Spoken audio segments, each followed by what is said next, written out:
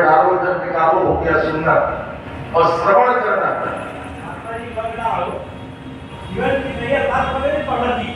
अभी बैठ जाओ, बाद में बोलो वृंदावन। अभी यही तो नियम बताया था कि अगर आपको कहीं कोई शंका है तो फिर वहां समाधान है। कथा की मध्य में बोलना अपराध होता है, अच्छी बात है। और यहाँ गई है, सुना है, समझा नहीं। शंकर ने सुना है तो राम को पहचान करके प्रणाम किए हैं। सती महारानी सुने नहीं तो शंका किए, बोले कि ये कैसे त्रिलोकीनाथ है, कैसे अंतर्यामी है जो एक स्त्री के वियोग में पद में प्रकट। तब तो शंकर जी को कष्ट होता है, इतना समय नष्ट कर दिया, समझा नहीं, सुना नहीं। तो बोले जो तुम्हारी मन कछु संदेह हो कि जाय परीक्षा में। जब विद्वान वक्ता ही इनको नहीं समझा पाए तो मैं क्या समझाऊं। अब तो राम जी समझाएंगे, इसलिए जाओ राम की परीक्षा। और परीक्षा ली और वहां जो वास्तविकता का ज्ञान हो गया, आगे सीता माता का उदाहरण करके परीक्षा लेने को गई। भोलेनाथ को जब ज्ञात होता है, बोले मां जानकी का स्वरूप बनाई, स्वरूप ही बनाई, पर ये उस स्थिति में है, अब ये तो राम ही कर रहा है। वो सती पुनः आई तो पार्वती पत्नी बन गई, धर्म पत्नी। निवेदन किए हैं, बोले आपको हमें तो नेक सुखावे तो नाचते हैं, नेक दुखाए तो रोते हैं, और आपको देखते हैं सुख और दुख दोनों में समभाव। कौन सा मंत्र है जिस मंत्र के प्रभाव से आप समान रहते? कृपा करके वो मंत्र हमें भी सुना। भोलेनाथ बोले देखो बड़ा गोपनीय है ये, सब कुछ मारने वाली चीज नहीं है, आप देखकर के आओ कोई और तो नहीं है। पार्वती जी गई यो करके देखे, नीचे को नहीं देखे। सुखदेव जी तो नीचे बैठे मां के चरणों में, मानो मां से निवेदन कर रहे, मैया सबको भगाई दी जो मेरी पर कृपा करियो। माता जी बोले मुंह मत चढ़ाना, चुप रहे। अब कथा चलती रही तब तक तो ठीक। और जहाँ एकादश 11वां स्कंद वेदांत प्रारंभ होता है तो माता जी की समझ में नहीं आया तो नींद आ गई, सो रही है। सुखदेव जी ने देखे माता जी तो सो रही, प्रभु जी को मालूम पड़ेगी यही श्राप हो जाएगा, कथा अधूरी रह जाए। माता जी ने कहा है मुंह मत चढ़ाना, बोले ये काम तो बिना मुंह चढ़ाए भी हो जाएगा। करना क्या है, तो करना शुरू हो गया। अब एकादश पूर्ण हुआ, द्वादश जब प्रारंभ हुआ तो जय बोले सच्चिदानंद भगवान। माता जी की आंख खुल गई, बोले फिर क्या हुआ? कब? बोले आप दत्तात्रेय के गुणों का वर्णन करके सुनावे उसकी आप काम नहीं। बोले मेरे को नींद आ गई, मैं तो सो गई। फिर कथा किसने सुनी? सामने देखे तो सुखदेव जी की आंखों से आंसुओं की गंगा यमुना निकल गई।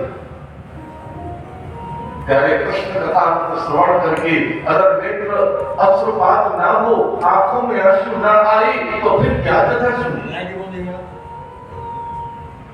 आंसू कब आते हैं? अभी आपके दादाजी की बड़ाई करें, आपके पिताजी की बड़ाई करें तो उनकी बात सुन करके आंखों में आंसू आते हैं कि मेरे पूर्वज कितने महान, मेरे पूर्वज कितने महान, सोच के ही आंखों में आंसू आते। उनकी तो वो तो तुम्हारे हैं और ये केवल मुझसे ही कहते हो गोविंद मेरो है, गोपाल मेरो है, बाकी बिहारी नंद लाल मेरो है। मन से नहीं मानते। जिस दिन मन से मान लोगे कि मेरा ठाकुर मेरा है और मैं उनका हूं, और फिर सुनोगे कि तेरे ठाकुर जी कितने दयालु हैं, कितने कृपालु हैं, तो पहले अपने आप ही आंसू निकलते हैं। हमारे बिहारी जी की चर्चा हो, अपने आप आंसू आएंगे कि मेरे ठाकुर कितने अच्छे, मेरे बिहारी जी किस कितने दया। तो श्रवण करे तब जब उन्हें अपना बना ले, अपना मान ले, फिर देखो।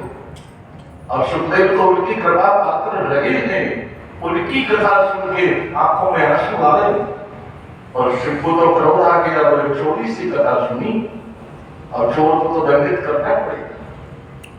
जो दंडित करने को आगे को बढ़े हैं कि सुखदेव जी भाग और व्यास पत्नी माता वेदवती छत पर खड़े होकर जवाई ले रही है, मुख के द्वारा उधर में प्रवेश किए।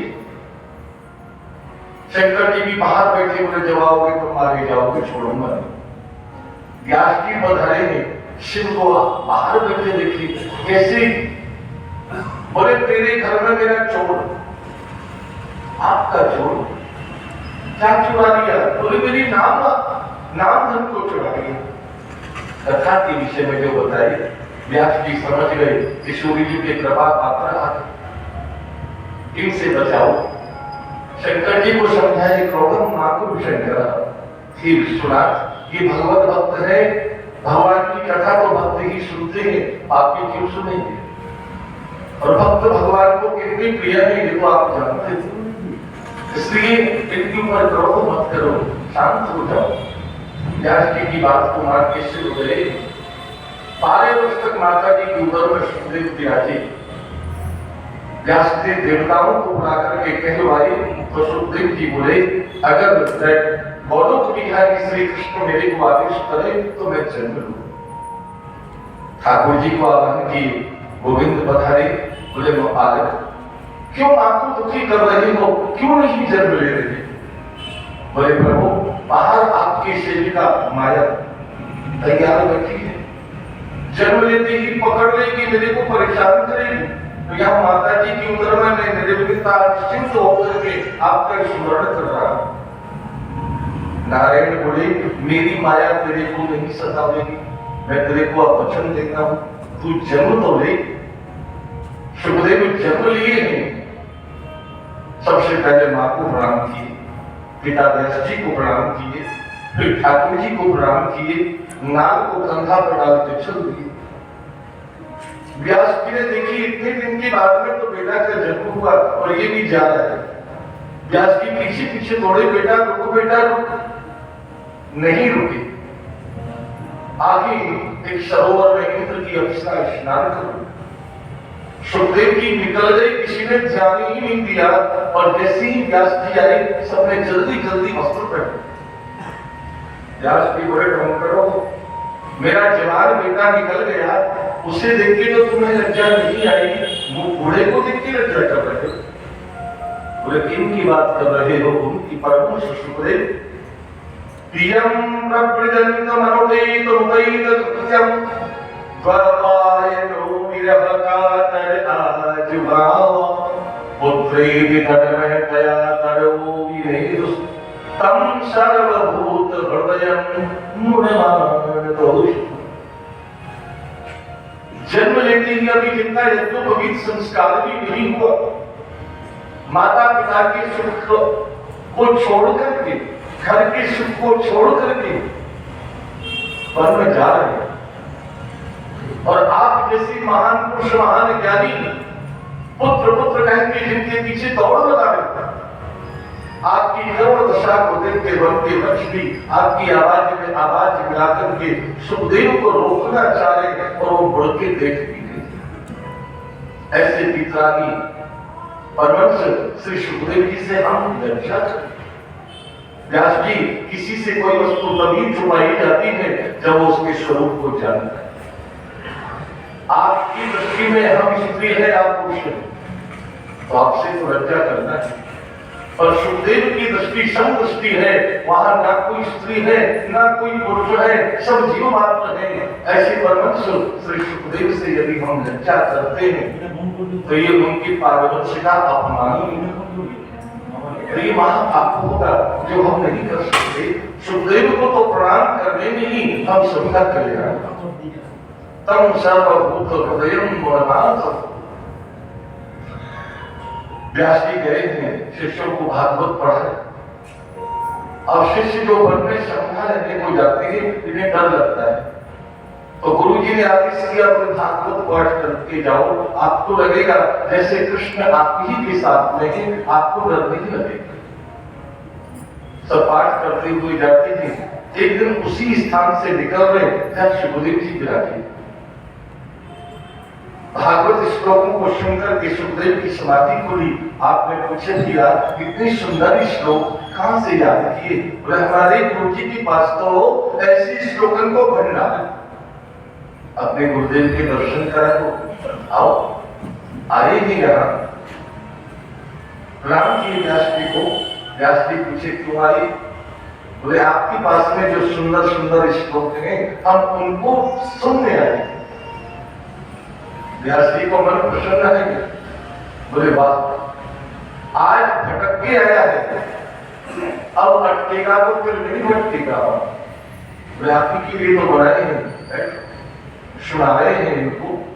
तो ऐसा कहते हैं महाभारत सुनने से भागवत जो प्रारंभ है ये महाभारत से प्रारंभ होगी, महाभारत में ही विश्राम है। और पूर्वाचार्यों का मत है महाभारत सुनने से पहले कीर्तन करो, सुनने के बाद में कीर्तन करो, और नहीं करते हो तो अपने घर में महाभारत की तैयारी करो। फिर हमसे मत कहना कि गुरु जी बताइए नहीं। इसलिए मात्र 1 मिनट ही कीर्तन करना है, ज्यादा समय तो है। गोविंद मेरो है